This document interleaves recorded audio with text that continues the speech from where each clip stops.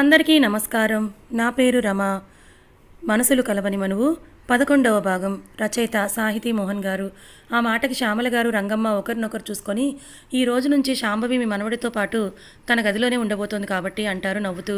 వాళ్ళ వైపే ఆశ్చర్యంగా చూస్తూ, అదేంటి ఉన్నట్టుండి తనని ఆ గదిలోకి పంపడం ఏంటి, ఇంతకీ రుద్ర దీనికి ఒప్పుకున్నాడా అని అడుగుతారు బామ్మగారు వారిపై ప్రశ్నల బాణాలు సంధిస్తూ. మళ్ళీ శ్యామల గారు చిన్నగా నవ్వుతూ, లేదత్తయ్య, ఇది అన్నయ్య గారి నిర్ణయం అంటూ ఇందాక పైన జరిగిన విషయం అంతా కూడా పూసగుచ్చినట్టుగా బామ్మగారికి చెప్తారు. పోనీలే, ఇందు చేసిన ఈ పని వల్ల తను బాధపడ్డా మనం వాళ్ళని దగ్గర చేయాలనుకున్న దారి సుగమమైంది అంటూ శ్యామల గారిని చూసి, చెడులోనూ మంచి జరగడం అంటే ఇదేనేమో అని నవ్వుతారు. అవునత్తయ్య, కానీ ఇందు వదిన మాటలకి పాపం శాంభవి చాలా బాధపడింది. అప్పుడు తన ముఖం చూస్తే నాకే చాలా బాధగా అనిపించింది అని అంటారు ఆవిడ విచారవదనంతో శ్యామల గారు. ఆ మాటలకి అవును శ్యామల, ఇందు మాటలు విని నేనే తట్టుకోలేకపోయాను. అలాంటిది తన పరిస్థితి ఎలా ఉంటుందో ఊహించుకోగలను అంటూ ఆవిడ వైపు తిరిగి, అవును, ఇంతకీ తనెక్కడుంది అని అడుగుతారు బామ్మగారు. ఏమో అత్తయ్య, నా అన్నయ్య గారు అలా చెప్పగానే మేము ఇద్దరం కిందికి వచ్చేసాం. ఒకవేళ తను ఇంకా అక్కడే ఉందేమో అంటూ పైకి చూసిన శ్యామల గారు కంగారుగా వెనక్కి తిరిగి చూస్తూ, స్పీడ్గా మెట్లు కిందకు వస్తున్న శాంభవి కనపడడంతో ఆశ్చర్యంగా తన వైపే చూస్తూ, శాంభవి ఏమైందమ్మా అంత కంగారు పడుతూ వస్తున్నావు అని అడుగుతారు. ఆ మాటలకి తన ముందు ఆగి, ఆ అబ్బాయి ఏం లేదత్తయ్య, నేను మామూలుగానే ఉన్నానుగా అంటుంది.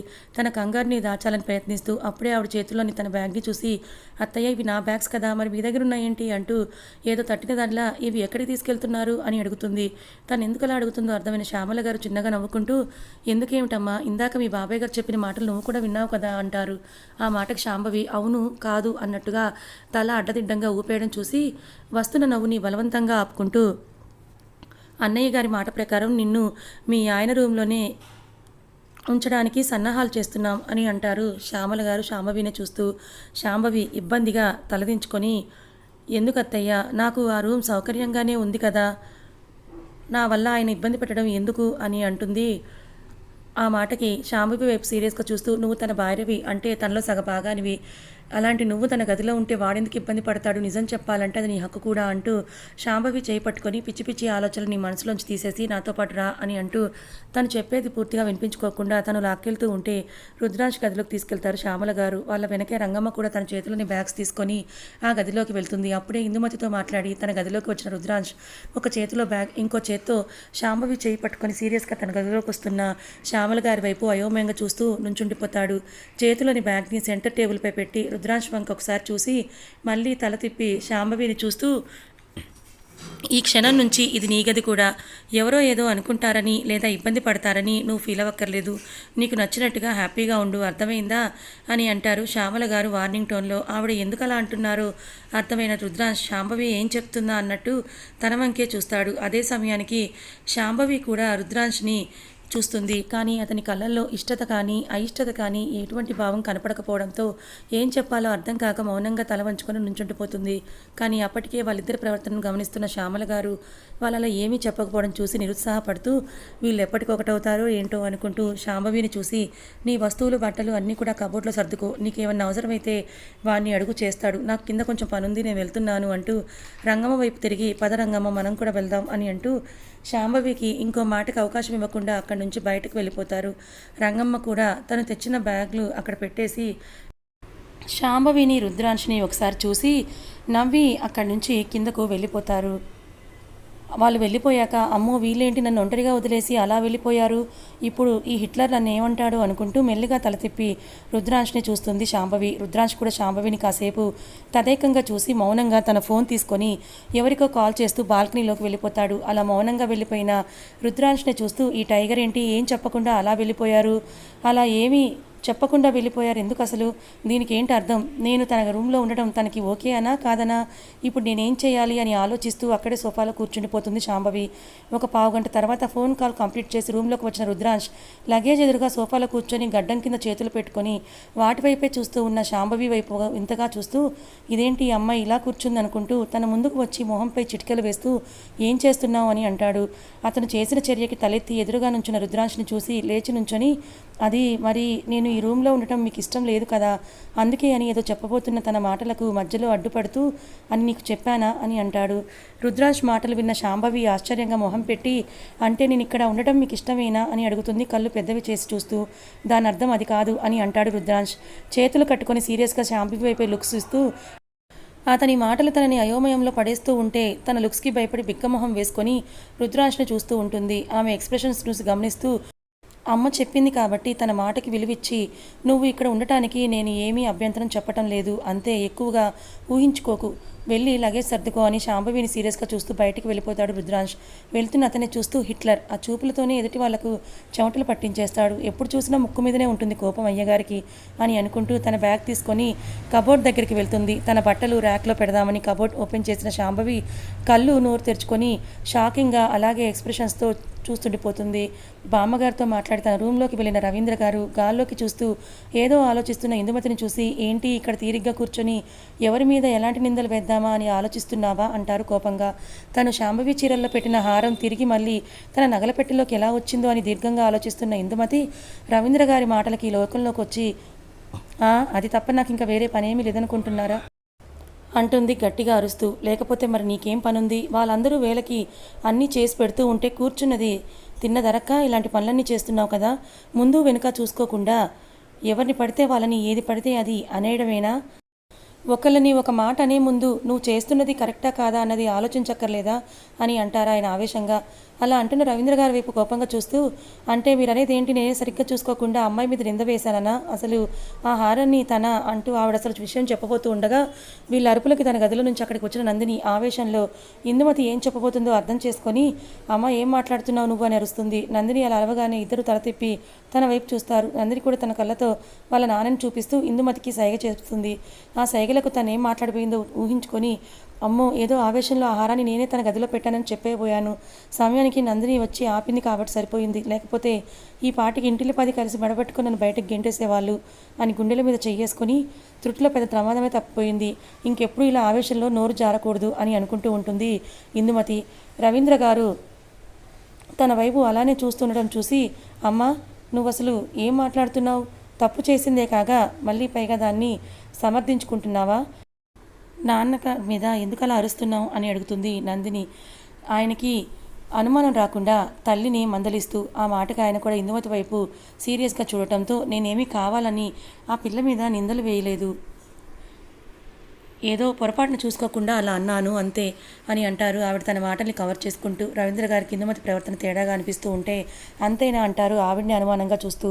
అంతకాక ఇంకేముంటుంది డాడీ, తనంటే అమ్మకేమైనా పగ ఏంటి, మనసులో ఏదో పెట్టుకొని తన మీద అబండాలు వేయడానికి అని అంటూ, ఈసారి ఇలాంటివి మళ్ళీ రిపీట్ చేయొద్దని అమ్మకి నేను గట్టిగా చెప్తాను, కానీ మీరు వెళ్ళి ఫ్రెష్ అయ్యండి, లంచ్ ఎదురు కానీ ఈ గొడవలో పడి టిఫిన్ కూడా చేయలేదు మీరు అని నందిని అనడంతో ఫ్రెష్ అవ్వడానికి వెళ్ళిపోతారు రవీంద్ర గారు. ఆయన అటు వెళ్ళగానే నందిని కోపంగా ఇందుమతి చేయి పట్టుకొని బరబరా తన రూమ్లోకి రాకెళ్ళిపోతుంది. అబ్బా నందిని నా చెయ్యి వదలవే, నొప్పిగా ఉంది అంటూ తన చెయ్యి విడిపించుకొని, ఏంటి ఏదో గొడ్డును లాక్కొచ్చినట్టు అలా లాక్కొచ్చావు అని అంటుంది నందిని పట్టుకున్న తన చేతిని రబ్ చేసుకుంటూ. అనవసరంగా నిన్ను దాంతో పోల్చుకోకు మమ్మీ, అది విందంటే ఫీల్ అయిపోతుంది అని అంటుంది నందిని వెటకారంగా. ఏయ్ నందిని, ఏంటే ఏం మాట్లాడుతున్నావు నువ్వు, నేను నీ తల్లిని అని అంటుంది ఇందుమతి కోపంగా. లేకపోతే ఏంటి మమ్మీ, రాను రాను నీకు మరీ కామన్ సెన్స్ అనేది లేకుండా పోతుంది, ఆవేశం వస్తే ఏం మాట్లాడుతున్నావో కూడా గమనించుకోవట్లేదు నువ్వు, సమయానికి నేను వచ్చాను కాబట్టి సరిపోయింది, లేకపోతే నువ్వు చేసిందంతా డాడీకి చెప్పేసేదానివే కదా అంటుంది. ఆ మాటలకి నందిని చేతులు పట్టుకొని, అవునే సమయానికి నువ్వు వచ్చి మంచి పని చేశావు, లేకపోతే నా తొందరపాటికి పాటికి నా గతి అదో గతి అయ్యేది, ఇంకెప్పుడు ఇలా జరగకుండా చూసుకుంటాను అంటూ. అయినా అక్కడేం జరిగిందో ఇప్పటికీ నాకు మాయలాగానే ఉంది, నా చేతులతో నేను పెట్టిన హారం అలా ఎలా మళ్ళీ నా పెట్టెలోకి చేరిందో ఎంత ఆలోచించినా అది మాత్రం నాకు అంత చిక్కడం లేదు అంటుంది. ఏదో జరిగిందిలే వదిలే మమ్మీ, ఇప్పుడు చేయాల్సింది జరిగిపోయిన దాని గురించి ఆలోచించడం కాదు, మళ్ళీ వాళ్ళ మధ్య దూరం ఎలా పెంచాలా అని. ఈ ప్లాన్ ఫెయిల్ అయితే ఏముంది, నెక్స్ట్ ప్లాన్ అయినా సక్సెస్ అయ్యేటట్టు చూడు. అండ్ ఇంకోటి, ఇప్పట్లాగా కాకుండా అది మనమే చేసుంటామనే అనుమానం కూడా ఎవరికి కలగకుండా ఉండేలా ప్లాన్ చేయి. ఎలా అంటే మన చేతికి మట్టంటకుండా పని అయిపోవాలి అంటూ ఆవిడ వైపే తిరిగి, నీ వల్ల కాదంటే చెప్పు నేను చూసుకుంటాను అని అంటుంది నందిని. మీ మమ్మీని మరీ అంత తక్కువగా అంచనా వేయకు బేబీ, ఏదో ఒకసారి ఏమరపాటుగా ఉండి అలా అయ్యిందంతే అని ప్రతిసారి ఇలాగే అవుతుంది అనుకోకు. ఈసారి నేను వేసే ప్లాన్కి రుద్ర దాన్ని చూస్తేనే తోక తొక్కిన త్రాచులా ఎగిరిపడేలా చేయకపోతే నా పేరు ఇందుమతే కాదు అంటూ ఒక చేత్తో ముక్కుని రబ్ చేస్తూ చీర కొంగని వెలితిప్పి భుజం మీద వేసుకొని ఈవిల్ స్మైల్ చేస్తూ ఉంటుంది ఇందుమతి. సరే మమ్మీ, ఈ గోలకి నాకు చిరాకు వచ్చేసింది, అర్జెంటుగా రీఫ్రెష్ అవ్వాలి, నేను బార్కి వెళ్తున్నాను, డాడీ అడిగితే ఏదో ఒకటి నువ్వే చెప్పి మేనేజ్ చేసేయి, బాయ్ మమ్మీ అంటూ తన పర్స్ తీసుకొని బయటికి వెళ్ళిపోతుంది నందిని. అప్పుడే ఫ్రెష్ అయ్యి కిందకి వెళ్తున్న రవీంద్ర గారి ఫోన్ రింగ్ అవడంతో కాల్ లిఫ్ట్ చేసి హలో అంటారు. అటువైపు నుంచి ఏం చెప్పారో కానీ అది విని ఫోన్లో వ్యక్తి మీద ఫైర్ అవుతూ, ఆఫీస్లో అంతమంది ఉండి ఏం చేస్తున్నారు, కొంచెమైనా బాధ్యత ఉండక్కర్లేదా మీకు, అరే వచ్చి ఒక్కరోజు కూడా కాలేదు అప్పుడే ప్రాబ్లమ్స్ క్రియేట్ చేసేశారు అంటూ ముందు వాళ్ళతో మీటింగ్ అరేంజ్ చేయండి, నేను నెక్స్ట్ ఫ్లైట్కి అక్కడికి వస్తున్నాను అంటూ కాల్ కట్ చేసి అసహనంగా ఫోన్ సోఫాలోకి విసిరేసి తల పట్టుకొని కూర్చుంటారు రవీంద్ర గారు. ఆయన మాటలు వింటున్న అక్కడ వాళ్ళంతా ఏమైందా అని చూస్తూ ఉంటే, ఏంటి అల్లుడు గారు, ఏం జరిగింది అని అడుగుతారు బామ్మగారు. ఆవిడ మాటలకి తలెత్తి తన వైపే చూస్తూ, ఏం లేదు అత్తయ్య, మనం చేయబోతున్న కొత్త ప్రాజెక్ట్ గురించి గవర్నమెంట్కి అప్లికేషన్ పెట్టాము, నిన్నటి దాకా ఓకే అన్న వాళ్ళు ఇవాళ సడన్గా కాల్ చేసి పర్మిషన్ ఇవ్వడం కుదరదన్నారట, ఇప్పటిదాకా మనకి ఫేవర్గా ఉన్న వాళ్ళు సడన్గా ఎందుకు ఇలా అంటున్నారో అర్థం కావట్లేదు, అందుకే వాళ్ళతో మీటింగ్ అరేంజ్ చేయమన్నాను, నేను నెక్స్ట్ ఫ్లైట్కే బెంగళూరు వెళ్ళాలి అంటారు రవీంద్ర గారు.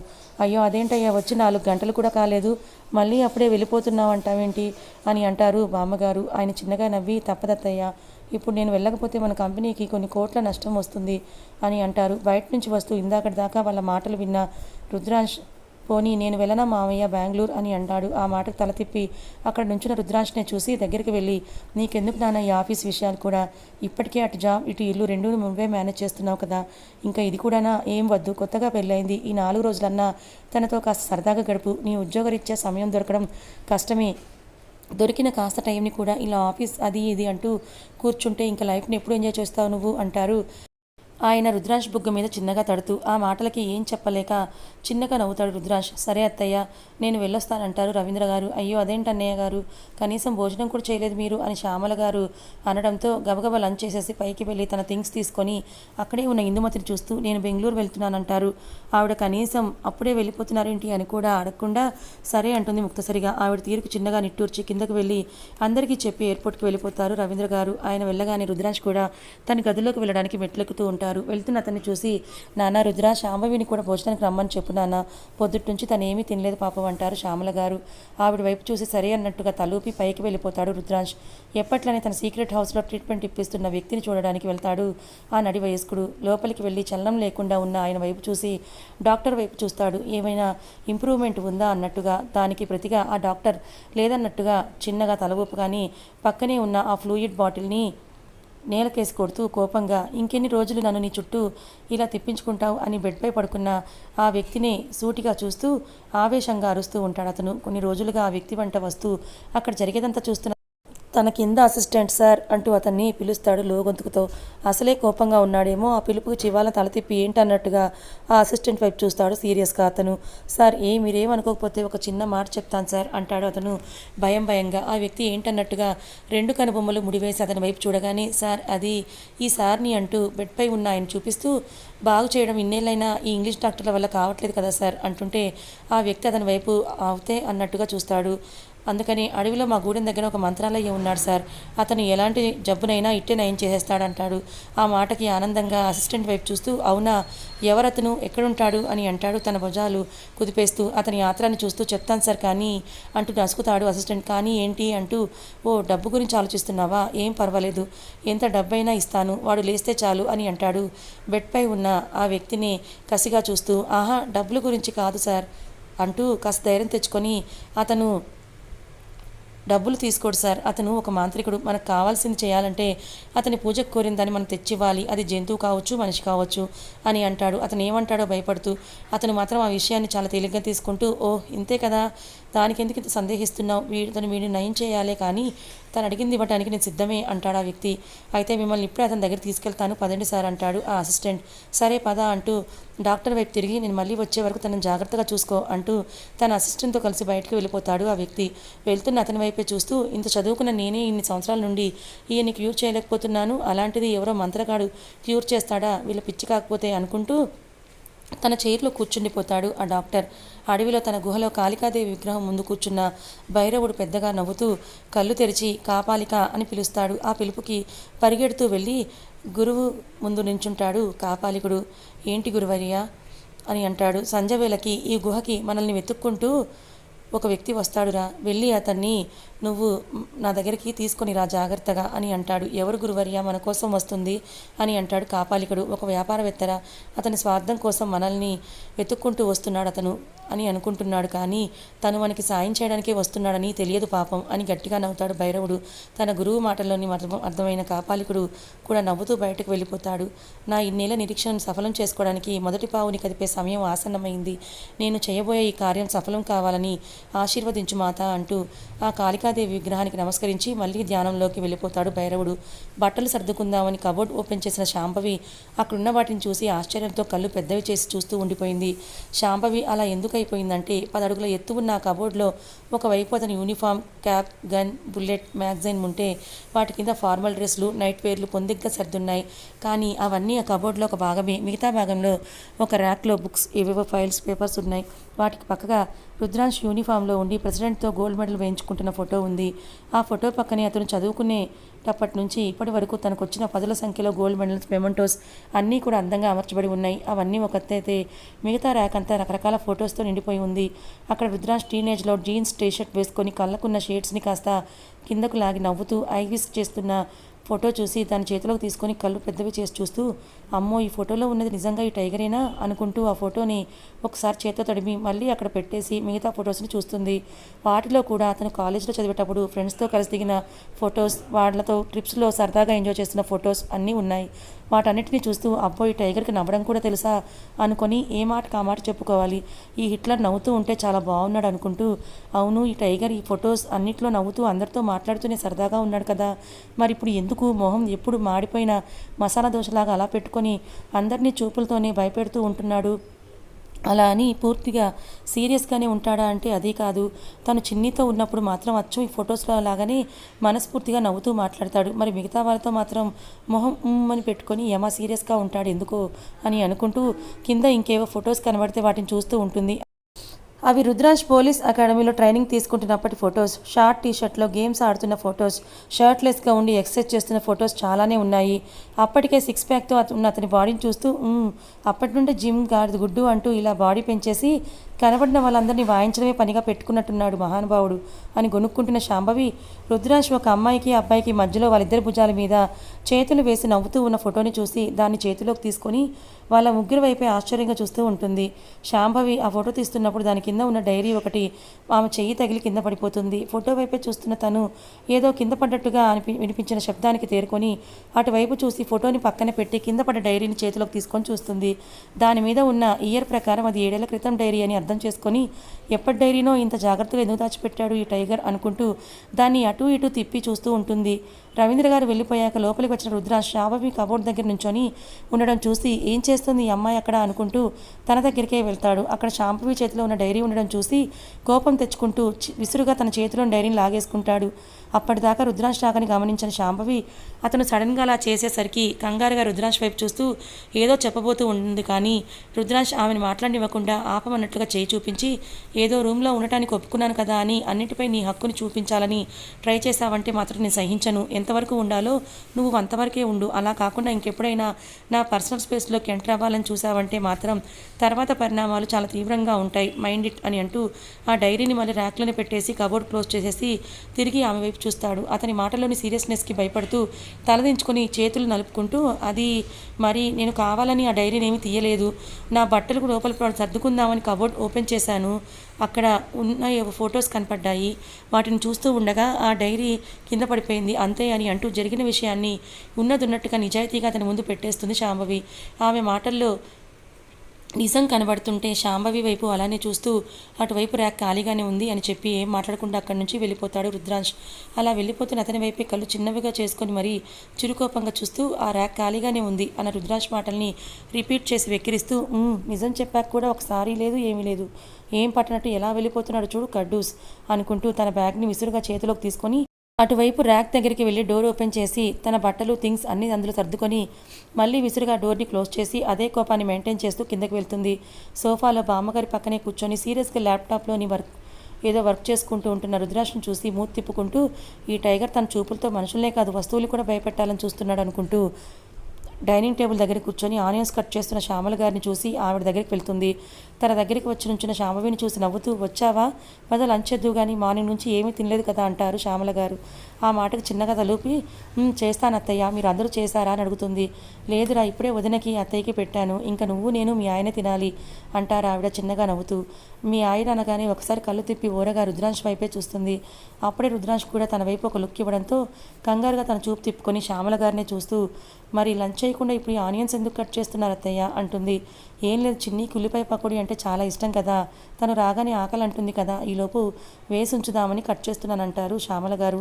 ఓ అవునా, అయినా చిన్ని 3:30 కదా అత్తయ్య వచ్చేది, మరి అప్పుడే ఎందుకు అంటుంది శాంభవి ఆవిడ చేతిలోని చాకులు తీసుకొని తను కట్ చేస్తూ. ఆ మాటలకి ఆవిడ గట్టిగా నవ్వుతూ, నిన్ను మీ ఆయనతో పాటు ఉండమని తన గదిలోకి పంపేసరికి ఆ ఆనందంలో నువ్వు టైం చూడటం మర్చిపోయినట్టున్నావు అంటూ, ఇప్పుడు టైం ఎంతైందో తెలుసా, ఆల్రెడీ 3 అయ్యిందంటారు శ్యామల గారు శాంభవిని టీజింగ్గా చూస్తూ. ఆ మాటలకి ఉడుక్కుంటూ ఆవిడ వైపు చూసి ఇందాక రుద్రాంశ్ మాటలు కూడా గుర్తు చేసుకుంటూ అతన్ని ఒకసారి కోపంగా చూసి సైలెంట్గా ఆనియన్స్ కట్ చేసే పనిలో కాదు ఆ ఉల్లిపాయల్ని మర్డర్ చేసే పనిలో పడుతుంది శాంభవి. టక్ టక్ మన శబ్దానికి వర్క్ చేసుకుంటున్న వాళ్ళ ఆగి కళ్ళు మాత్రం కదిపి శాంభవి వైపు చూస్తాడు రుద్రాంశ్. శాంభవి కిందకు వచ్చిన దగ్గర నుంచి రుద్రాంశ్ వైపే చూసే చూపుల్ని గమనించిన బామ్మగారు ఇప్పుడు రుద్రాంశ్ కూడా అలా చూడటం చూసి, ఓహో పైన వీళ్ళిద్దరి మధ్య ఏదో జరిగినట్టుంది అనుకుంటూ, ఏం మనవరాలా, ఎవరి మీద కోపం ఆ ఉల్లిపాయల మీద చూపిస్తున్నట్టున్నావు, నీకంతగా కోపం తెప్పించింది ఎవరు అని అడుగుతారు చిన్నగా నవ్వుతూ. ఆ మాటకి కళ్ళు తిప్పి ఒకసారి రుద్రాంశం చూసి, కోపమా, అదేమీ లేదు బామ్మగారు అంటుంది శాంభవి. నువ్వు ఆ ఉల్లిపాయల కోసం తీరు చూస్తేనే తెలుస్తోందిలే, ఎవరి మీదో కోపమో వాళ్ళ మీద చూపించలేక వాటి మీద చూపిస్తున్నావని అంటారు బామ్మగారు. అలా ఏం లేదు బామ్మగారు. మళ్ళీ తన పనిలో నిమగ్నమైపోతుంది శాంభవి. ఉక్రోషం వల్ల ఎర్రగా అయిపోయిన శాంభవి మొహం చూసి లోపలే నవ్వుకుంటూ, నేను కట్ చేస్తాను కానీ నువ్వు వాడు ఇద్దరూ కలిసి వెళ్ళి భోజనం చేయండి అని అంటారు ఆవిడ. లేదత్తయ్య, మీరు తినేయండి, నేను ఇవి కంప్లీట్ అయ్యాక తింటాను అని అంటూ ఆనియన్స్ కట్ చేసిన ప్లేట్ని తీసుకొని కిచెన్లోకి వెళ్తుంది శాంభవి. కథ ఇంకా ఉంది. మొత్తానికి రుద్రాంశ్ శాంభవిల మధ్య ఈ గిల్లి కజ్జాలు ప్రేమకు దారితీస్తాయా, లేదా ఇందుమతి నందిని కలిసి శాంభవిని ఇంట్లో నుంచి వెళ్ళగట్టడానికి చేయాల్సిన ప్లాన్స్ ఎంతవరకు సక్సెస్ అవుతాయి? మరి మాంత్రికుడిని కలవబోతున్న ఆ నడివయస్కుడు ఎవరు? కొంపతీసి రుద్రాంశ్ ఇంటిలో మనిషేనా, లేకపోతే బయట వాళ్ళు ఎవరైనా ఉన్నారా? తెలుసుకోవాలనుకుంటే మన ఛానల్ని సబ్స్క్రైబ్ చేసుకోండి. కథ నచ్చితే లైక్ చేయండి, మరి కొంతమందికి షేర్ చేయండి. ఇలాంటి మరిన్ని మంచి కథల కోసం ఛానల్ని సబ్స్క్రైబ్ చేసుకోండి. Thank you so much for watching.